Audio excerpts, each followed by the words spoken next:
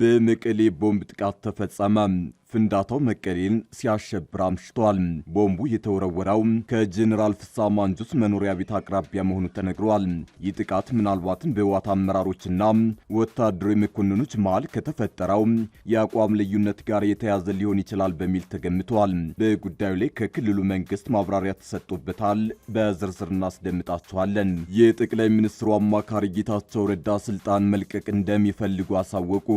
አብይ ኢትዮጵያን እንዲመራ በእግዚአብሔር ተመርጧል ብዬ አላምንም ያሉም ሲሆን አብይ ገና ብቃታቸውን አላስመሰከሩም በማለት አነጋጋሪ ሐሳብ ሰንዝረዋል። ይህን በማለት ከስልጣን ቢያነሳኝም ግድ አይሰጠኝም ሲሉም አክለዋል። እንመለስበታለን። ከ100 ቢሊዮን ብር በላይ በመሰወር ወንጀል የተጠረጠሩ የስፖርት አወራራጅ ድርጅት ባለቤቶችና ተባባሪዎቻቸው በቁጥጥር ስር መዋላቸው ተነገረ።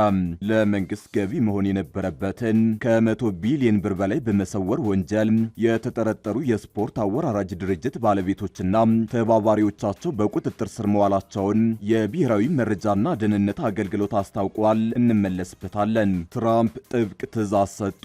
በዋይት ሃውስ የብሔራዊ ዘብ አባላት ላይ የተፈጸመው ጥቃት በአሜሪካ ትልቅ ድንጋጤን ፈጥሯል። ትራምፕ በአፋጣኝ ጥብቅ ምርመራ እንዲደረግ አዝዘዋል። ታደምጡታላችሁ። አክብሮታዊ ሰላምታችን በያላችሁበት የዓለም ዳርቻ የረሳችሁ የተወደዳችሁ አንድ አፍታ ሚዲያ ቤተሰቦች ከአንድ አፍታ ለአሁኑ መደመጥ አለባቸው ያልናቸውን ዜናዎች ወደ እናንተ የምናደርስበት ሰዓት ላይ ተገኝተናል። አብራችሁን ትቆዩ ዘንድ ግብዣችን ነው።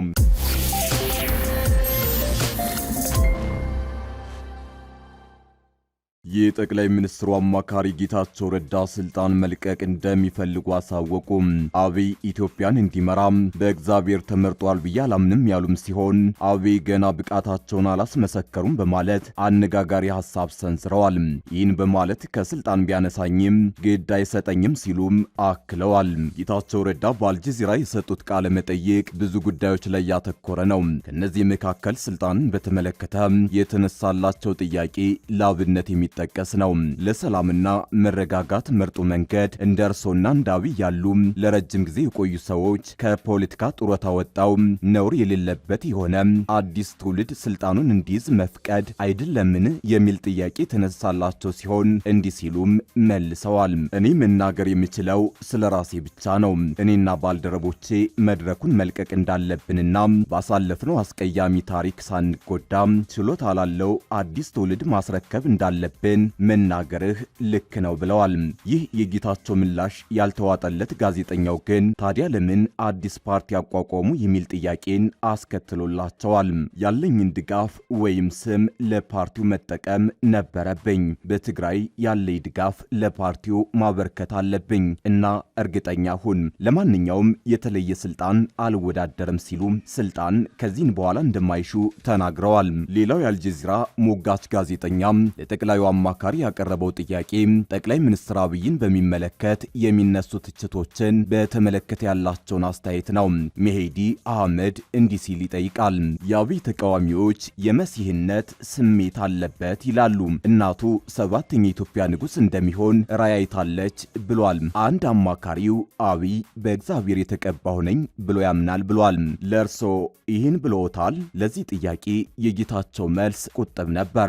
አይ በይፋ ተናግሯል፣ በፓርላማ ተናግሯል አይደል? እሱ እንዳለው እናቱ አንድ ቀን ንጉሥ እንደሚሆን ነግረዋለች የሚል ነው። አሳ ጎርጓሪው ጋዜጠኛ ግን ጥያቄውን ቀጥሎ አብይ ኢትዮጵያን እንዲገዛ በእግዚአብሔር ተመርጧል ብለው ያምናሉ ሲል የጠየቀ ሲሆን ጌታቸውም አይ በፍጹም ብለዋል። በፍጹም አላምንም፣ ለእርሱም አልነገርኩትም፣ ልነግረውም አይገባም።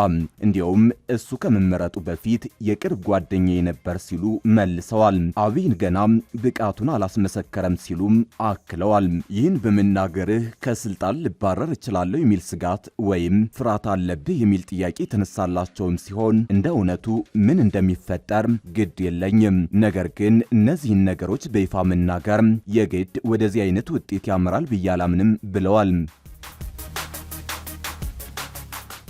በመቀሌ ቦምብ ጥቃት ተፈጸመ።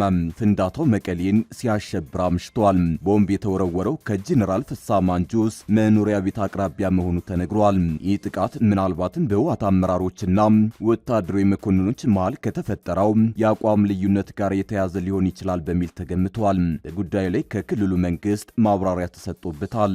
አዲስ ጦርነት ሊቀሰቀስ ይችላል በሚል በውጥረት የታፈነችው መቀሌ ሌሊቱን ከባድ ፍንዳታን አስተናግዳለች። ፍንዳታው የቦምብ ጥቃት እንደሆነ የክልሉ መንግስት ይፋ አድርጓል። የመቀሌ ከተማ ሰላምና ጸጥታ ዘርፍ ጽህፈት ቤት ኃላፊ አቶ ረዳኸኝ ፍስሐ ለመቀሌ ኤፍኤም 104.4 እንደተናገሩት ጥቃቱ ትናንት ከምሽቱ 4:25 ላይ ቢዝነስ ኮሌጅ አካባቢ ሆምላንድ ሆቴል ፊት ለፊት የተፈጸመ ነው።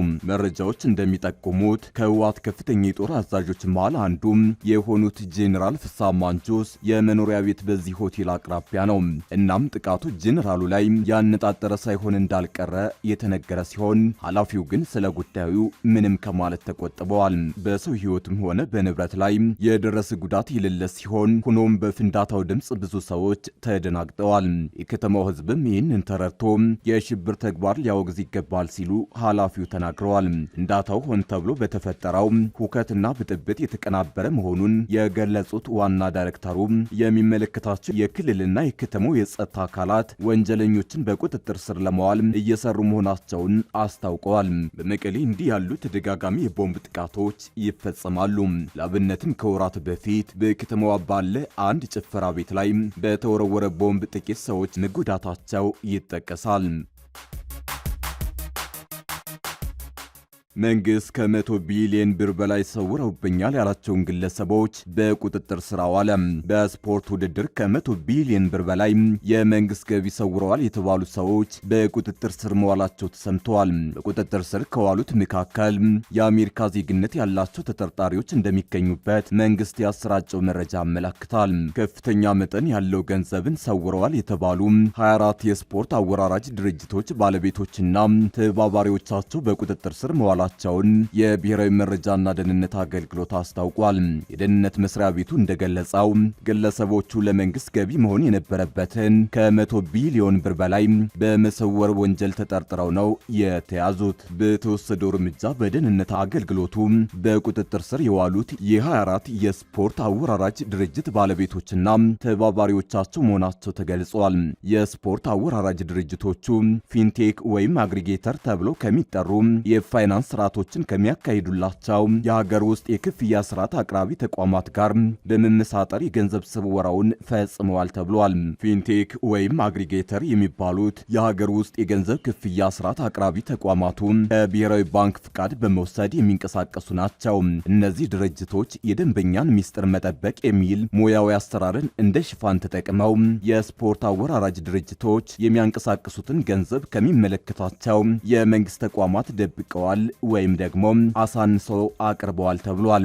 የብሔራዊ መረጃና የደህንነት አገልግሎት በዚህ የተነሳ የቤቲንግ የስፖርት አወራራጅ ድርጅቶች በግብር ስወራ እንዲሁም ከፍተኛ የሀገር ሀብትን ወደ ውጭ በማሸሽ ወንጀል ላይ ተሳትፎ እንዳላቸው አመላክቷል። የብሔራዊ መረጃና ደህንነት አገልግሎት፣ የፋይናንስ ደህንነት አገልግሎት፣ የኢትዮጵያ ፌዴራል ፖሊስ፣ የአዲስ አበባና የድሬዳዋ ከተማ አስተዳደሮች የጸጥታ አካላት ግለሰቦችን በቁጥጥር ስር ለማዋል በጋራ መስራታቸውም ተገልጿል። ፍቃድ ኑሯቸው ከሚመለከታቸው የመንግስት አካላት ጋር በገቡበት ውል መሰረት የማይሰሩ በህገወጥ ድርጊት ተሰማርተው በመገኘታቸው ፍቃዳቸው የተሰረዘባቸው መሆኑ ተጠቅሷል። እንዲሁም ምንም አይነት ፍቃድ ሳይኖራቸው በስፖርት አወራራጅነት ተሰማርተው የነበሩ አካላት በዓለም አቀፍ የኢንተርኔት ትስስር አማካኝነት በህገወጥ ድርጊት ተሰማርተው መገኘታቸውን ገልጿል። በህጋዊነት ፍቃድ ያወጡ ድርጅቶች ክትትል በሚደረግበት ወቅት ፍቃድ ሲያወጡ ካስመዘገቡበት ቢሮ ለቀው መሰወራቸውንም በመግለጫው ላይ ተጠቅሷል። መግለጫው አክሎም የቤቲንግ የስፖርት አወራራጅ ድርጅቶቹ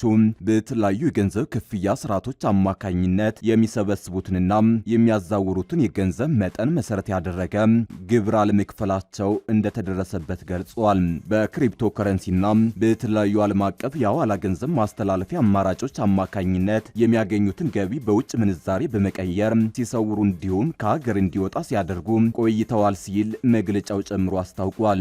የተለያዩ ሀገራት ዜግነት ያላቸው ግለሰቦች ጭምር ከኢትዮጵያ ውጭ ሆነው አገር ውስጥ ለሚገኙ ተባባሪዎቻቸው ውክልና በመስጠት ህገወጥ ድርጊቱን ሲፈጽሙ መቆየታቸውን የብሔራዊ መረጃና ደህንነት በመግለጫ አመላክቷል። ውጭ ሀገር የተዘጋጁ ሶፍትዌሮች ጥቅም ላይ ውለዋል ያለው መግለጫው ድርጅቶቹ ቋሚ አድራሻ የሌላቸው መሆኑ ወንጀሉን ውስብስብና ለቁጥጥር አስቸጋሪ አድርጎት መቆየቱን ገልጿል።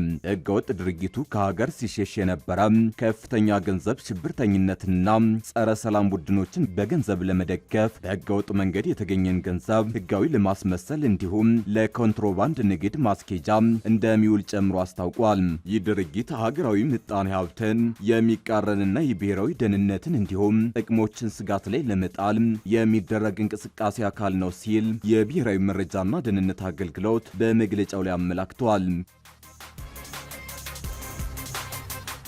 የትራምፕ አስተዳደር በስደተኞች ላይ ጥብቅ ምርመራ ሊያደርግ ነው። የትራምፕ አስተዳደር ኤርትራ፣ ሶማሊያና ሱዳንን ጨምሮ የ19 ሀገራት ዜጎችን የመኖሪያና የሥራ ፍቃድ ሊመረምር መሆኑን አስታውቋል። የትራምፕ አስተዳደር ኤርትራን ጨምሮ ከ19 ሀገራት ወደ አሜሪካ የገቡ በሁሉም ዜጎች የመኖሪያና የሥራ ፍቃድ ላይ እንደገና ምርመራ ሊያደርግ መሆኑንና እርምጃ ሊወስድ መሆኑን አሳውቋል። የዩናይትድ ስቴትስ የዜግነትና ኢሚግሬሽን አገልግሎት ኃላፊ ጆሴፍ ኤድሎ እንዳሉት ፕሬዚዳንት ትራምፕ አሳሳቢ ከሆኑ ሀገራት የመጡ ስደተኞች በሙሉ የእያንዳንዳቸው የመኖሪያና የሥራ ፍቃድ በጥብቅ እንደገና እንዲመረመር መመሪያ ሰጠዋል። ቢቢሲ እነዚህ ሀገራት እነማንን እንደሚያካትት ሲጠይቅ ኤጀንሲው ዋይት ሀውስ በሰኔ ወር ያወጣውን አዋጅ በመጥቀስ ተናግረዋል። እነዚህ ሀገራት ኤርትራ፣ ሶማሊያ፣ ሱዳን፣ ሊቢያና ዲሞክራቲክ ኮንጎን ጨምሮ አፍጋኒስታን፣ የመን፣ ኩባ፣ ሄይቲ፣ ኢራን እና ቬንዙዌላን የሚያካትት እንደሆነ ገልጸዋል። ይህ ትዕዛዝ የተሰማው አንድ አፍጋኒስታዊ ረቡዕ ዕለት በዋሽንግተን ዲሲ ሁለት የብሔራዊ ዘብ አባላት ላይ ተኩሶ ከባድ ጉዳት ካደረሰ በኋላ ነው። ተጠርጣሪው ላካንዋላ ወደ አሜሪካ በአውሮፓውያኑ 2001 የገባው ዩናይትድ ስቴትስ ከአፍጋኒስታን መውጣቷን ተከትሎ ለአፍጋኒስታን ልዩ የኢሚግሬሽን ጥበቃ በሚሰጥ ፕሮግራም ነው። ፕሬዚዳንት ዶናልድ ትራምፕ በዋይት ሀውስ የብሔራዊ ዘብ አባላት ላይ የተፈጸመው ጥቃት ትልቅ የብሔራዊ ደህንነት ስጋት መሆኑን ተናግረዋል። ኢድሎ ሐሙስ ዕለት ባጋሩት የማህበራዊ ሚዲያ ልጥፋቸው ላይ የመኖሪያና የሥራ ፍቃድ እንደገና መታየት የሚጀምረው ከጥቃቱ ጋር በተያያዘ ስለመሆኑ ምንም ያሉት ነገር የለም። ኢድሎ የዚች ሀገርና የአሜሪካ ሕዝብ ደህንነት ከምንም በላይ ነው። እናም የአሜሪካ ሕዝብ ቀደም ሲል የነበረው አስተዳደር ግዴለሽነት የተሞላበት የሰፈር ፖሊሲ ጦስን አይሸከምም ሲሉ ተናግረዋል። ግን የሚደረገው ምርመራ ምን እንደሚመስል ተጨማሪ ዝርዝሮች አልተገለጹም። ኤጀንሲው ለቢቢሲ የጠቀሰው በሰኔ ወር የወጣው አዋጅ አሜሪካን ከውጭ አሸባሪዎችና ከሌሎች የብሔራዊና የሕዝብ ደህንነት ስጋቶች ለመጠበቅ የውጭ ሀገር ዜጎች ወደ ሀገሪቱ እንዳይገቡ የሚከለክል ነው። የትራምፕ አስተዳደር ሀገራቱን የዘረዘረበትን ምክንያትም ሲገልጽ የጸጥታ ችግሮች እንዲሁም የቢዝነስ የተማሪና የቱሪስት ቪዛ ያላቸው ግለሰቦች ከተፈቀደላቸው ጊዜ በላይ በመቆየታቸው ምክንያት መሆኑን አስፍሯል።